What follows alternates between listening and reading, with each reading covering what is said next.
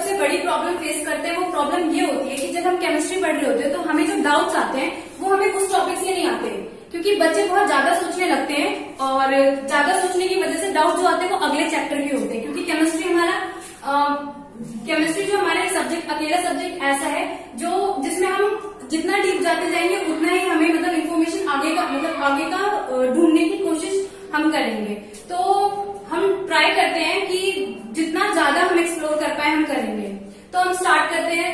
Chemistry start करने से पहले आपको 9 के कुछ टर्म लर्न होने चाहिए, तो हम उन बेसिक टर्म्स की बात कर रहे थे। गाइस ये वीडियो बहुत इंपॉर्टेंट है, मतलब ये वाला जो बेसिक टर्म है वो बहुत इंपॉर्टेंट है, क्योंकि आगे के चारों चैप्टर में आपको ये सारी चीजें वापस मुझे बतानी पड़ेंगी। तो स्टार्ट करते हैं हम सबसे पहले एटम से। गाइस मॉडर्न केमिस्ट्री में हमारे जो एटम्स अभी हमें पता है वो 118 एटम्स हमें पता है, जिनमें से आपको जो मैं 10th क्लास में पढ़ाऊंगी वो 30 एटम आपको फिंगर टिप्स पे लर्न होने चाहिए। डोंट वरी, ये मैं ही आपको लर्न करवाऊंगी। अभी 5 मिनट में आपको ये 30 एटम्स लर्न हो जाएंगे। तो हम बनाते हैं। हमने 9th क्लास में भी पढ़े हुए एटम्स। 3 चीजें होती है जो हमें याद रखनी होती है: एटॉमिक नंबर, एटॉमिक मास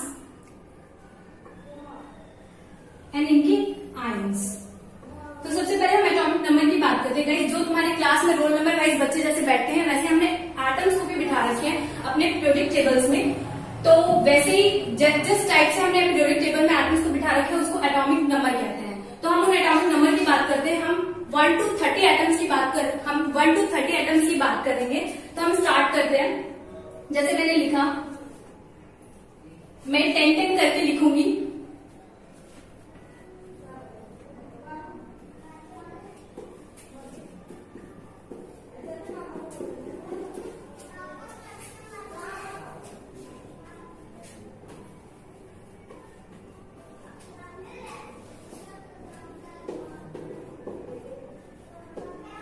ये 20 आइटम्स है जो आप ऑलरेडी 9th क्लास में याद करके आ चुके होंगे।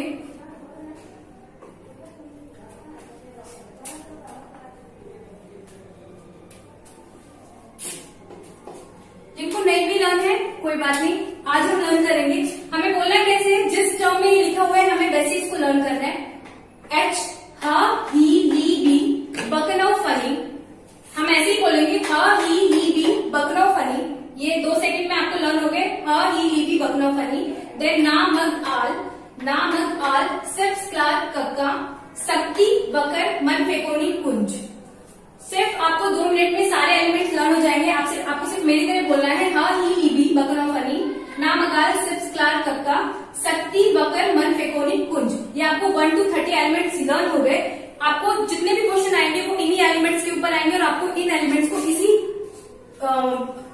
सीक्वेंस में लर्न कर लेना है। बिल्कुल, hydrogen, helium, lithium, beryllium, boron, carbon, nitrogen, oxygen and fluorine, neon. तो गाइस हमारा जो फर्स्ट चैप्टर है वो है chemical reaction and it's equation. तो केमिकल रिएक्शन होती क्या है? तो केमिकल रिएक्शन का मतलब होता है रीअरेंजमेंट ऑफ मॉलिक्यूल्स, कंपाउंड्स या एटम। तो मैंने कुछ टर्म्स बोले, मॉलिक्यूल्स, कंपाउंड एंड एटम, ये सब होते क्या है? तो ये जो आपको स्क्रीन पे दिख रहे हैं इनको कहते हैं एटम। आपको इसी सीक्वेंस में लर्न करना है। अगर मैं एटॉमिक नंबर की बात करूं तो इसका एटॉमिक नंबर 1 है, 2, 3, 4, 5, 6, 7 अप टू 30। तो आपको इनकी वैलेंसी निकालनी पड़ेगी, इलेक्ट्रॉनिक कॉन्फ़िगरेशन सीखना पड़ेगा और फिर उसके बाद इनको आयन बनाने पड़ेंगे। फर्दर जब ये आयन में कन्वर्ट हो जाएंगे फिर उसके बाद हम क्या करते हैं, इनका केमिकल इक्वेशंस बनाते हैं, केमिकल रिएक्शंस फॉर्म होती है। फिर उससे जान लेते हैं केमिकल रिएक्शन होती क्या है। तो केमिकल रिएक्शन होता है आपका रीअरेंजमेंट ऑफ मॉलिक्यूलर या फिर आयनिक स्ट्रक्चर ऑफ एन एटम। जब भी और फॉर्म करता है वो एक नया प्रोडक्ट, तो उसको क्या बोलते हैं हम? केमिकल रिएक्शन बोलते हैं। अच्छा, केमिकल रिएक्शन तो पता चल गया हमें, लेकिन हमें पता कैसे चलेगा कि केमिकल रिएक्शन अकर हुआ है? तो जब भी हमारे एक केमिकल रिएक्शन अकर होगा तो हमें 2 टाइप के चेंजेस मिलेंगे। One is physical and second one is chemical change. तो आप physical change already 9th class में पढ़ के आ चुके हो, जो फर्स्ट और सेकंड चैप्टर था आपका फिजिकल चेंज। और केमिकल चेंज अब पढ़ेंगे। मैं एक छोटा सा डिफरेंस आपको बता देती हूँ, फिजिकल और केमिकल चेंज में डिफरेंस क्या होता है, जिससे आपको आगे जाके कभी भी फिजिकल और केमिकल चेंज में परेशानी नहीं होगी।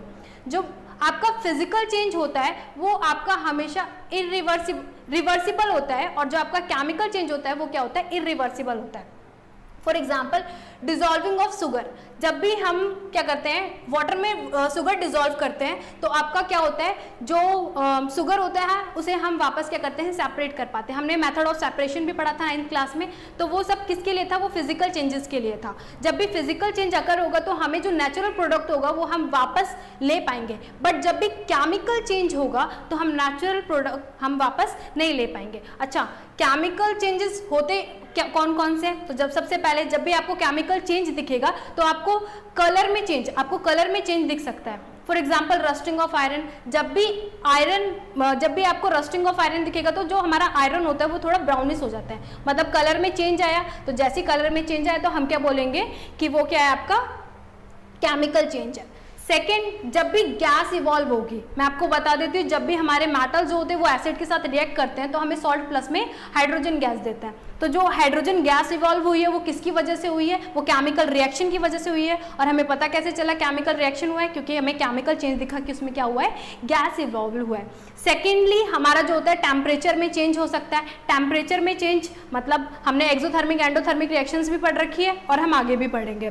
तो जब भी हमें पता चलेगा कि हमारा बीकर हीटअप होने लग गया है या फिर ठंडा होने लग गया है तो हमें पता चलेगा कि टेम्परेचर इंक्रीज डिक्रीज हो रहा है। और जब भी टेम्परेचर इंक्रीज डिक्रीज होगा तो हमें पता चलेगा क्या, कि यहाँ पे केमिकल रिएक्शन हो रही है और हमें क्या मिला है, केमिकल चेंज मिला है। और सेकेंडली, जब भी स्टेट में चेंज आएगा, फॉर एग्जांपल मैं मैग्नीशियम रिबन को बर्न करती हूँ तो जो तुम्हारा सॉलिड पार्ट है वो क्या हो जाएगा, पाउडर में कन्वर्ट हो जाएगा। और इससे क्या पता चलेगा मुझे कि केमिकल रिएक्शन हो रही है और यहाँ पे हमें केमिकल चेंज मिला है। तो ये तो बात हो गई केमिकल रिएक्शंस की और केमिकल चेंजेस की। सेकेंड वन हम पढ़ेंगे द टर्म केमिकल इक्वेशन। तो सबसे पहले हमें केमिकल इक्वेशन पढ़ने की जरूरत क्यों पड़ती है, तो केमिकल इक्वेशन कुछ नहीं है, ये सिंबॉलिक रिप्रेजेंटेशन है किसका, केमिकल रिएक्शन का। तो केमिकल रिएक्शन का सिंबॉलिक रिप्रेजेंटेशन क्या कहलाता है, केमिकल इक्वेशन कहलाता है। इससे हमें फायदा क्या होता है, इससे हमें दो फायदे होते हैं। पहली, जो हम वर्ड में इतना इक्वेशन बोलते हैं ना, लाइक मैंने बोला carbon react with oxygen give rise to carbon dioxide, तो इस वर्ड को मैं सिंपली रिप्रेजेंट कर सकती हूँ C+O2 give rise to CO2। ठीक है, तो C+O2 CO2 एक लाइन में मुझे दिख रहा है कि क्या हो रहा है, मुझे दूर से भी दिख रहा है कि भाई C+O2 CO2 मतलब एक केमिकल रिएक्शन हो रही है, गैस इवॉल्व हो रही है। तो मुझे ये कैसे पता चला, मैंने सिर्फ एक केमिकल इक्वेशन लिखा। सेकेंड फायदा मुझे क्या होता है कि मुझे सिंबल्स भी लर्न हो गए, भाई कार्बन का सिंबल C है, ऑक्सीजन का O2 है और फिर उसके बाद एक गैस मुझे मिला CO2, तो ये मुझे symbols carbon dioxide symbol learn हो गए। ठीक है, तो chemical equation is nothing just a symbolic representation of chemical equation. अच्छा, केमिकल इक्वेशन हम पढ़ते क्यों हैं, पढ़ते क्यों हैं तो पता चल गया। अब केमिकल इक्वेशन के साथ हम और क्या क्या कर सकते हैं, हमारा वर्ड्स में इतना कुछ समझना इतना इजी नहीं था तो हमने उसे इजी, वास्ट केमिस्ट्री को हमारा शुरू से ही काम ये रहा है कि हमने वास्ट केमिस्ट्री को बहुत इजी ट्रिक्स से भी हमने पढ़ा है, क्योंकि यहाँ पे बहुत सारे एक्सेप्शंस होते हैं।